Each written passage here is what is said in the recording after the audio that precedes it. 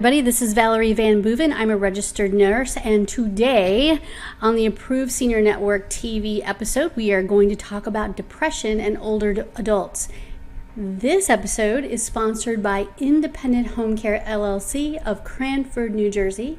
We're going to put the information for them right up here on our screen, and we'll get started in just 1 second.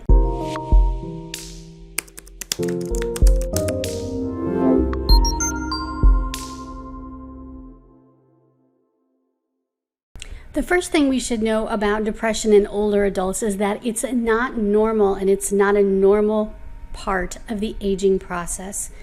Depression is a very serious matter, and what we're going to do today is go through some of the reasons that our older adults get depressed and some of the things that we can do to help them when they're feeling lonely, isolated, and depression starts to set in.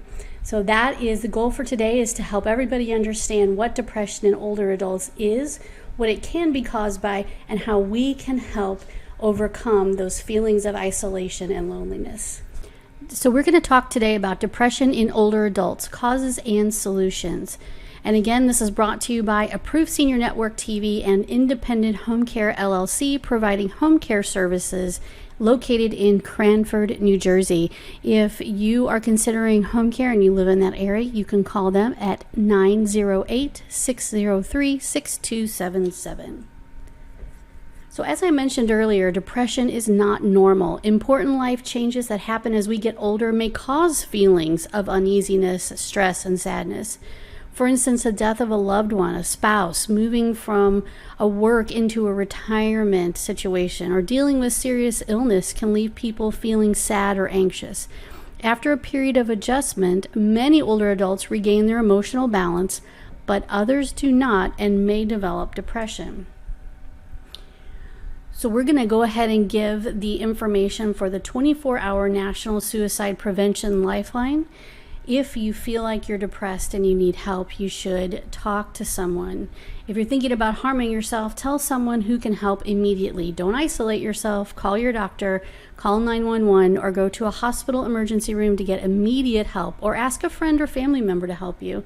You can call the toll-free 24-hour National Suicide Prevention Lifeline at 1-800-273-TALK or 8255. So 1-800-273-8255. And when you call that hotline, they can help and talk you through whatever your situation might be. So let's talk causes and risk factors for depression. Several factors, or a combination of factors, may contribute to depression. Genes is probably the top one. People with a family history of depression may be more likely to develop it than those whose families do not have the illness. Personal history. Older adults who had depression when they were younger are more at risk for developing depression later in life than those who did not have the illness earlier in life. Brain chemistry. People with depression may have different brain chemistry than those without the illness. And of course, stress. Loss of a loved one, a difficult relationship, or any stressful situation can trigger depression. Common symptoms. You may see some of these in someone you know or love.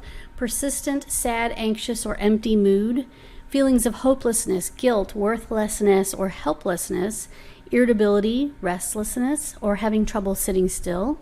Loss of interest in one's pleasurable activities, decreased energy or fatigue, moving or talking more slowly, difficulty concentrating, remembering, and making decisions, difficulty sleeping, early morning awakening or oversleeping, eating more or less than usual, usually with unplanned weight gain or weight loss, thoughts of death or suicide attempts, aches or pains, headaches, cramps, or digestive problems without a clear physical cause, and or that do not ease with treatment, and of course, frequent crying. The treatment for depression is typically one of two different ways. Either therapy, which is sort of an in-person, non-medical type of treatment where you talk it out, and then there are many medications out there on the market today that are designed to help with different types of depressions. Sometimes it may take a couple of trials to find a medication that works for you or your aging loved one. prevention. So of course, talking prevention is where we are today. And we want to talk about exercise, balanced diet, socialization, and engagement. For seniors who are suddenly finding themselves living alone, maybe their spouse has passed away, or maybe they have a spouse who has been transferred to a nursing care or care center type situation, they're at home alone now, having them continue with exercise, even if it's just a short walk, a balanced diet. They're not skipping meals, they're not eating one meal a day, they're eating 2 or 3 meals a day at a minimum, maybe 5 or 6 small meals, or snacking is good, but they have a balanced diet. It's not all sweets and sugar, it's not all caffeine, it's a balanced diet. Socialization and engagement are really important, and that's where services like home care and assisted living come into play. So if you have a senior who is suddenly finding themselves isolated, maybe they're no longer able to drive, maybe they just don't feel safe driving, or they're at home too much and they have no social interaction with others, that would be a good time to consider companionship. And a companion is someone who comes from a home care agency. They help with things like light laundry, light housekeeping, conversation, getting the mail, playing cards, preparing light meals together, doing the things that often are neglected when a loved one loses a spouse or significant other, and sometimes they just need another human in their life 2 or 3 times a week to get past some of that. And that person becomes more like a friend to them than someone who's come there because they're paid to come there. So socialization and engagement can be achieved by having a home care agency come into the house. Another way to achieve that is assisted living. If someone you love is at home alone, you may consider taking them on a tour of assisted living and having them live in an environment where they are with seniors that are just like them. A lot of older women find themselves in this position where they move into an assisted living facility. They have their own apartment, maybe a 1-bedroom apartment or 2-bedroom, and they have a kitchenette, but they go down for meals, they go down for activities, they take the activity bus to different places like Walmart or shopping or whatever, and they find that they are among friends. It takes a little time to transition and get used to that new environment, but once they get used to it, many seniors will say that they wish they had done that years and years ago. So getting them back into an environment where they're around other people with similar interests and similar age group is really important. Home care can also help with transportation. So if your aging loved one would love to go to church on Sundays or would like to go to that card game at night, and they just need someone to get them back and forth and maybe stay there with them, help them to the bathroom or whatever, home care can help with those kinds of situations too.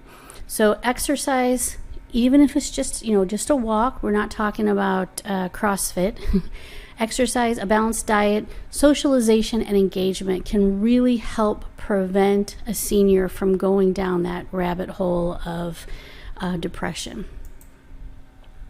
So that's our talk on depression in older adults, the causes and solutions. If you or an aging loved one live in the Cranford, New Jersey area, please talk to our friends at Independent Home Care, LLC.